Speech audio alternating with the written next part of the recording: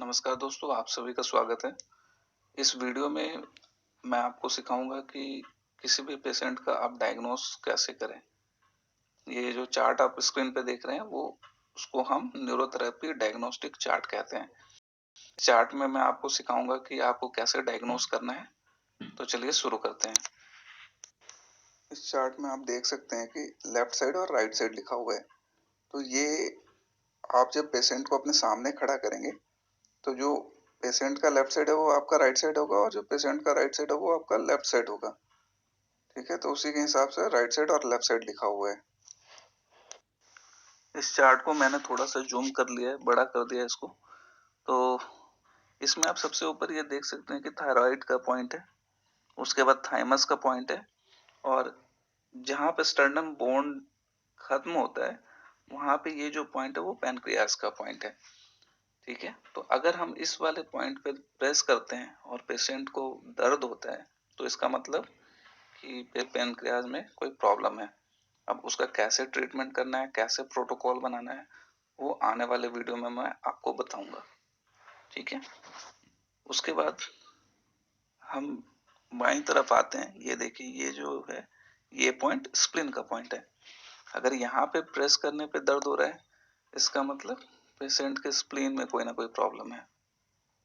ठीक है, उसके बाद अब हम इसके जस्ट अपोजिट ये वाले पॉइंट पे अगर प्रेस करते हैं और यहाँ पे दर्द होता है तो इसका मतलब क्या है कि पेशेंट के गॉल में प्रॉब्लम है।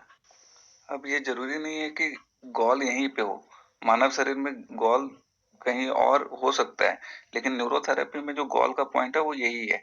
और आप ये मान लीजिए कि अगर यहाँ पे किसी को दबाने पे दर्द हो रहा है तो उसको जरूर कुछ ना कुछ गॉल में प्रॉब्लम है। ठीक है, गॉल मतलब गॉल ब्लैडर। उसके बाद ये देखिए, ये नाभि और पैनक्रियास का जो पॉइंट था उसके बीच में जो ये पॉइंट है उसको गैस बोलेंगे। ठीक है, अब हम यहाँ देखिए, ये नाभि से अगर हम बाईं तरफ चलते हैं तो आप देखेंगे कि ये जो पॉइंट है वो लीवर का पॉइंट है। अगर इस जगह पे प्रेस करने में दर्द हो रहा है मतलब उस पेशेंट के लीवर में कोई ना कोई प्रॉब्लम जरूर है। तो फिर उसका ट्रीटमेंट हम करेंगे, वो आपको आगे बताया जाएगा कि किस तरीके से उसका ट्रीटमेंट करना है। उसके बाद देखिए, ये नाभि के आप दाहिनी तरफ आइए इस तरफ, तो मतलब लीवर के जस्ट अपोजिट जो पॉइंट है वो म्यूकस का पॉइंट है। मतलब इस जगह पे अगर आप प्रेस करें और पेशेंट को दर्द होता है मतलब उनके शरीर में म्यूकस से संबंधित परेशानी।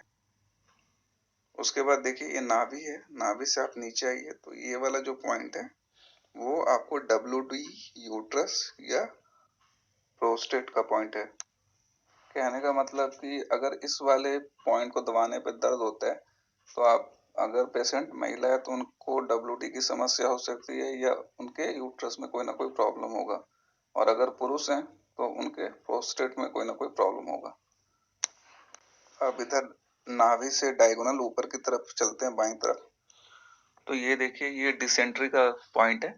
तो अगर यहाँ पे दर्द है दबाने पे, प्रेस करने पे, तो निश्चित रूप से पेशेंट को लूज मोशन की समस्या होगी।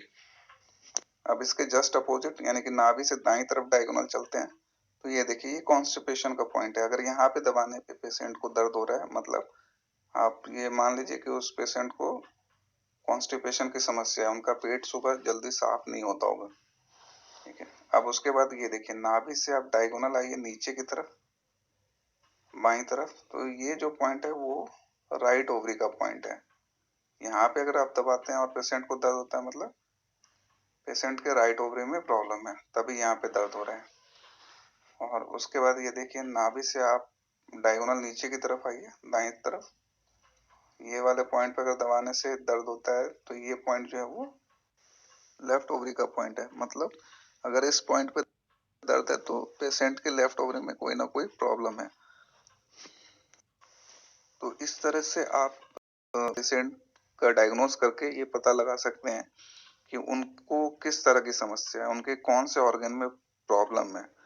ठीक है, तो डायग्नोस करने के बाद हम क्या करते हैं, सबसे पहले उस ऑर्गन का जो वो दर्द है उसको निकालते हैं।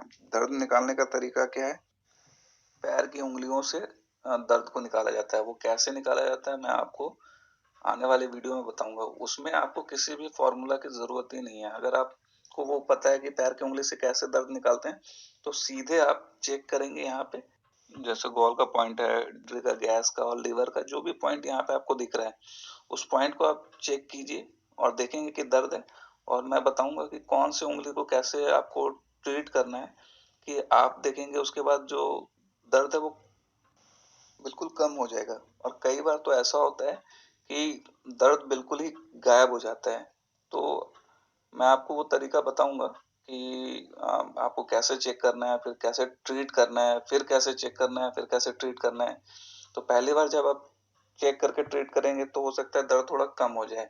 उसके बाद दोबारा चेक करना है कि दर्द कितना है, फिर हम दोबारा ट्रीट करेंगे तो आप देखेंगे जो पहले दर्द था और अब दोबारा करने के बाद जो दर्द है वो काफी कम गया है।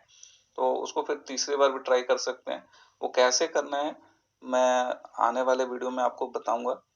ठीक है, तो इसकी खासियत यही है कि मतलब उसमें किसी भी फॉर्मूला का कोई जरूरत ही नहीं है। आप सीधे यहाँ से डायग्नोस कीजिए और पैर की उंगलियों पे वो ट्रीटमेंट है उसको ट्रीट कीजिए, और आप फिर दोबारा चेक कीजिएगा तो आप देखेंगे कि दर्द बिल्कुल ही पहले से कम हो गया है, और कई बार बिल्कुल ही ठीक हो जाता है, मतलब दर्द ही खत्म हो गया है। दर्द खत्म होगा तो क्या होगा कि वो जो ऑर्गन है वो अच्छे से काम करने लगेगा, और ऑर्गन जब अच्छे से काम करेगा तो क्या होगा, वो जो छोटी मोटी समस्याएं जो भी परेशानी थी वो अपने आप ठीक होने लग जाएगी। कहने का मतलब क्या है कि आप जानते हैं कि न्यूरोथेरेपी में हम सिम्टम पे नहीं, सिस्टम पे काम करते हैं, मतलब सिस्टम को ठीक करके रोगों का उपचार करते हैं। तो यहाँ पे क्या होगा, हम उसके सिस्टम को ठीक करेंगे और उसका जो सिम्टम है वो खुद ही ठीक हो जाएगा। इसको एक उदाहरण के द्वारा समझते हैं। ये देखिए, ये कॉन्स्टिपेशन का पॉइंट है। अगर कोई पेशेंट आपके पास आता है, आप उसके इस वाले पॉइंट को दबाएंगे, कॉन्स्टिपेशन वाले पॉइंट को, तो और अगर दर्द होता है तो ये मान लीजिए कि उस पेशेंट को जरूर कॉन्स्टिपेशन की समस्या है ही है। तो इसके कारण क्या हो सकता है, उसके सर में दर्द हो सकता है, चिड़चिड़ापन, ये सब हो सकता है। तो चिड़चिड़ापन, सर में दर्द, ये सब क्या है, सिम्टम है। उसको प्रॉब्लम कहाँ है, कॉन्स्टिपेशन। मेन जो उसका प्रॉब्लम है वो कॉन्स्टिपेशन की वजह से सिर दर्द और ये वो हो रहा है। तो अगर हम इस जगह के दर्द को निकाल दें, उसके सिस्टम को ठीक कर दें, तो आप देखेंगे कि उसका चिड़चिड़ापन और सर का दर्द वगैरह जो है वो खुद ही ठीक हो जाएगा। लेकिन इसके अलावा और भी अगर कोई समस्या है तो उसके लिए आपको अलग अलग तरह का न्यूरोथेरेपी का जो फॉर्मूला है वो बनाकर उसके हिसाब से ट्रीटमेंट करना